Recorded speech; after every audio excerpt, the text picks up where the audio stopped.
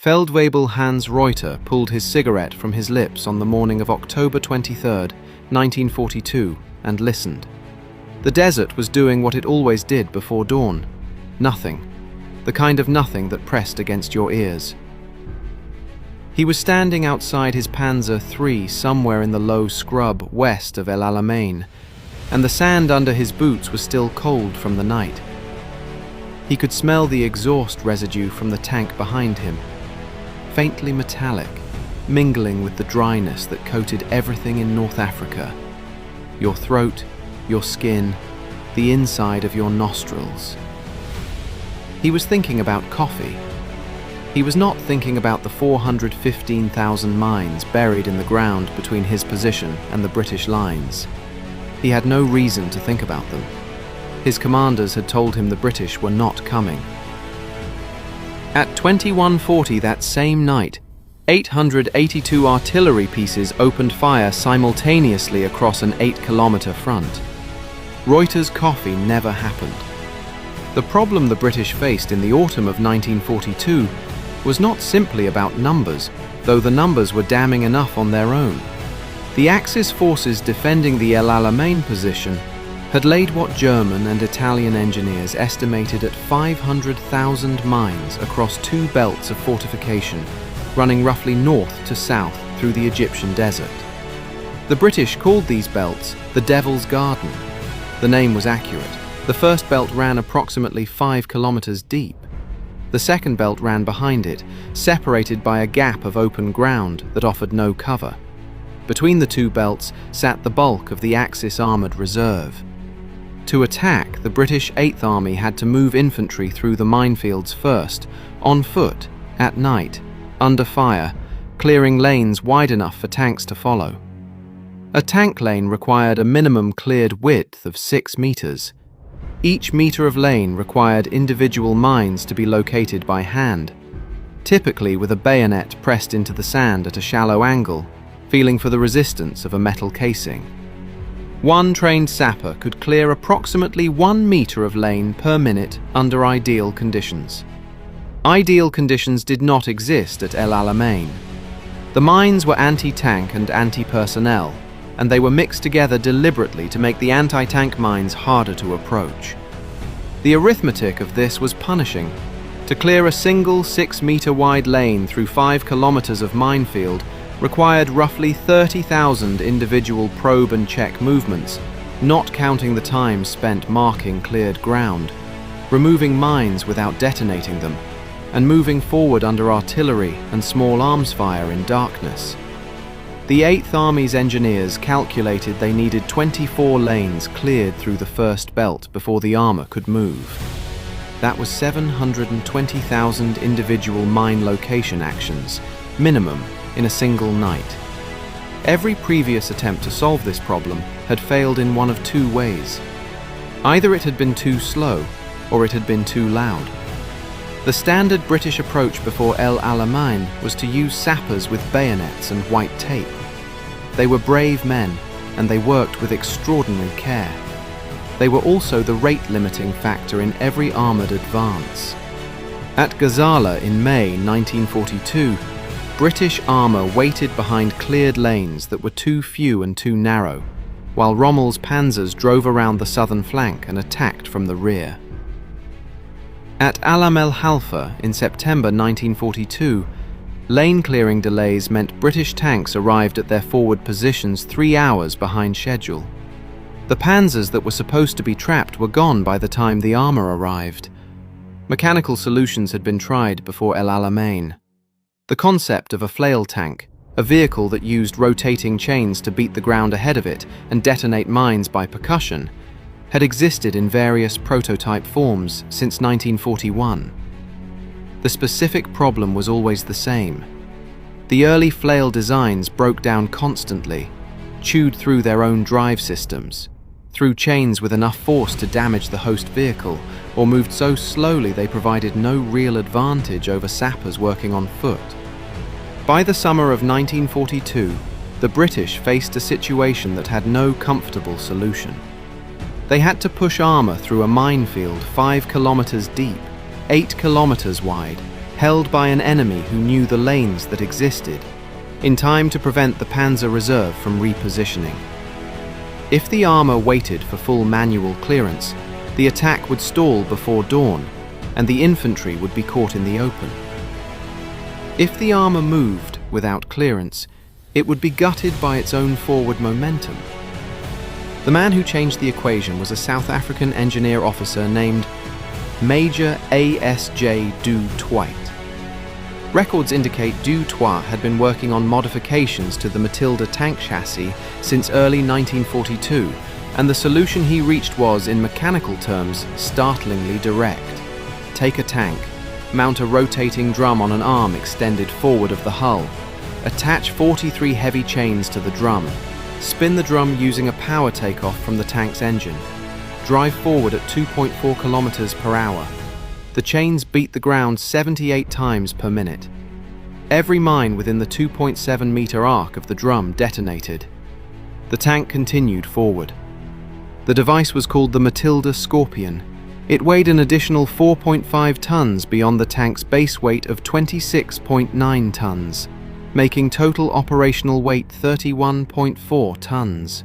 The chains were made of heavy-gauge steel and attached to the drum via a specific link system designed to absorb the percussion of detonation without throwing the chain back into the vehicle. The drum itself was driven by two Ford V8 engines mounted in nacelles on either side of the hull, not the main tank engine, which was left solely to propulsion, producing 95 combined horsepower dedicated to rotation. Each Scorpion required approximately 47 components manufactured to specific tolerance by the Royal Electrical and Mechanical Engineers workshops in Cairo and Suez. 24 Matilda Scorpions were ready for the night of October 23, 1942. The first trials at a test site southwest of Cairo had not gone smoothly. In early tests, the chain system created a dust cloud so thick the driver lost all forward visibility within 11 seconds of engagement. At night, this meant driving blind into a minefield at 2.4 kilometers per hour with no ability to correct course. The solution was to mount an aiming light on the rear of the vehicle, visible to the driver of the Scorpion behind, creating a follow-the-leader chain. The second problem was mechanical. The Ford V8 nacelles overheated in the desert after approximately 20 minutes of continuous operation, at which point the drum slowed and chains lost the percussion force needed for reliable detonation.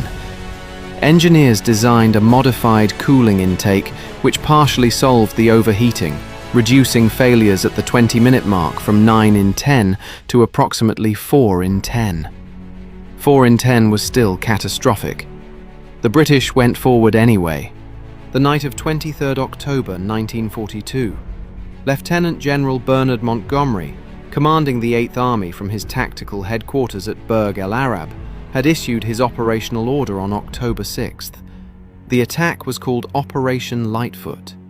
The name came from the infantry's job, to move through the minefields on foot, light enough not to trigger the anti-tank mines, and clear the lanes before the armor followed. The Scorpions would work alongside the infantry sappers, not instead of them. Montgomery understood that 24 machines with a 40% mechanical failure rate could not carry the weight of the assault alone. The machines would handle the forward edge. The men with bayonets would handle what the machines missed. At 21:40, those 882 guns opened fire. The barrage lasted 15 minutes against enemy gun positions, then shifted to a creeping pattern advancing at 100 meters every 3 minutes, with the infantry walking behind it. Behind the infantry, the Scorpions moved. In the darkness, the German forward observers who survived the opening barrage reported something they could not immediately classify.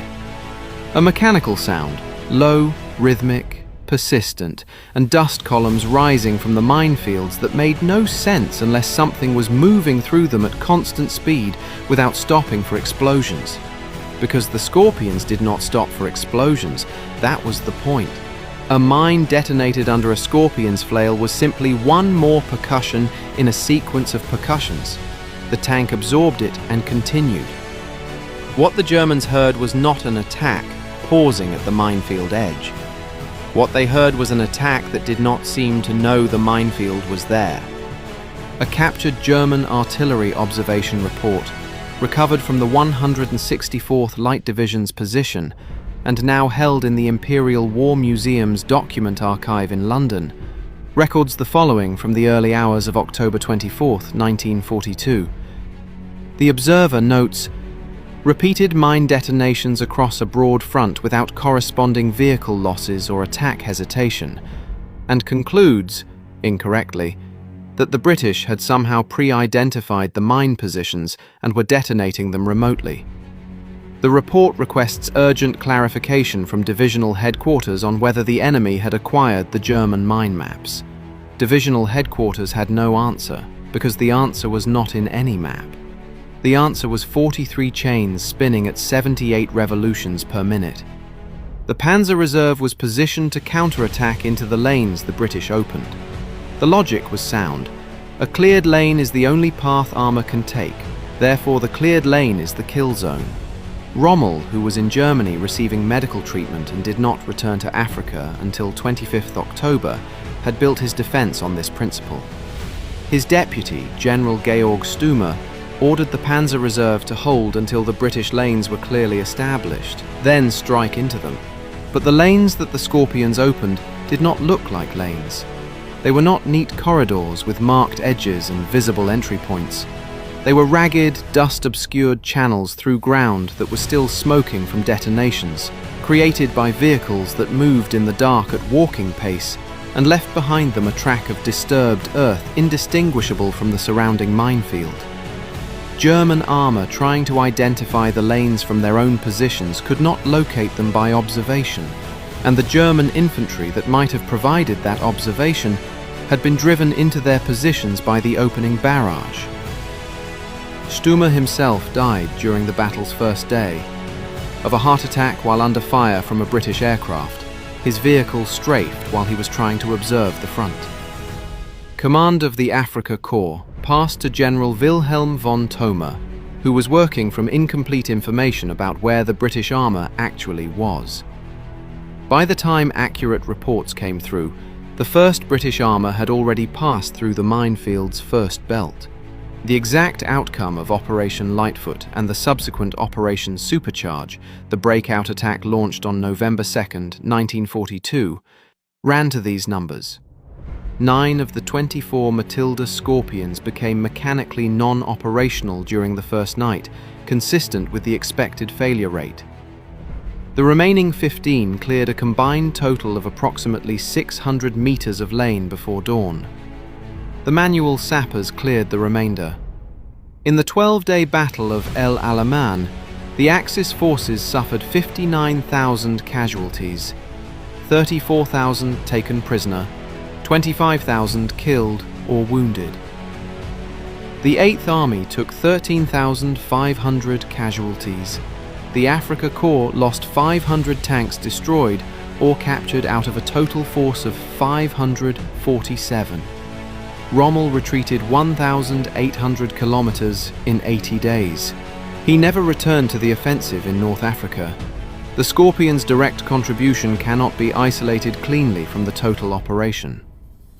What can be said precisely is that the 15 functioning Scorpions detonated mines across their clearance paths without a single vehicle loss to mine strike during lane clearing operations on the night of October 23rd.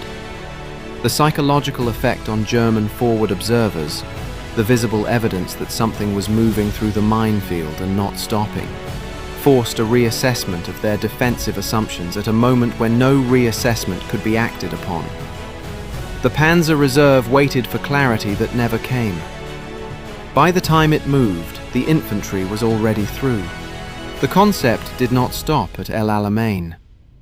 Between December 1942 and June 1944, British engineers developed the Scorpion's successor, the Sherman Crab, built on the American M4 Sherman chassis. The Crab weighed 32.7 tons and mounted a drum of 43 chains at 2.9 meters width, driven by a single 210 horsepower auxiliary system that resolved the overheating failures of the Ford WWII nacelles. The Crab could clear a lane at 2.6 kilometers per hour and maintain operation for 40 continuous minutes before requiring a rest cycle. 310 Sherman Crabs were operational by June 1944. They landed at Golden Sword Beaches on the 6th of June 1944 as part of the 79th Armoured Division, Hobart's Funnies, as the specialised armour formations became known, and cleared the first lanes through the beach obstacles and sand mines within 22 minutes of touching the waterline.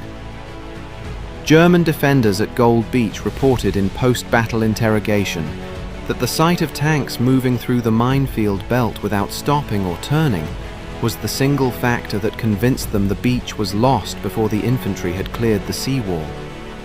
The Matilda Scorpions from El Alamein, or the documentary records of their design, testing, and operational use, are preserved in the collections of the Imperial War Museum in London. The technical drawings produced by WWII workshops in Cairo survive in the National Archives at Kew, reference series WO201. The captured German observation report from the 164th Light Division is catalogued in the IWM's private papers collection. Feldwebel Hans Reuter survived El Alamein. Records indicate he was among the approximately 34,000 Axis prisoners taken during the battle and the subsequent retreat, captured near Fuka on or around November 5, 1942. As Rommel's disintegrating rearguard was overtaken by the 8th Army's pursuit. He spent the remainder of the war in a prisoner of war camp in British-controlled territory. He never drove a Panzer again. On the morning of October 23, 1942, he stood outside his tank in the cold desert dark and thought about coffee. Somewhere to his east, men he would never meet were attaching steel chains to a rotating drum and checking that the Ford V8 engines were fueled. He did not know they were there. He did not know what they had built. He knew only the silence and the cold sand under his boots, and that nothing was coming. By the time he understood that everything was coming, it was already too late to move. The most effective deceptions in war are never the ones that make the enemy believe something false. They are the ones that make the enemy believe, for just long enough, that they already understand what they are seeing, and that what they are seeing is survivable.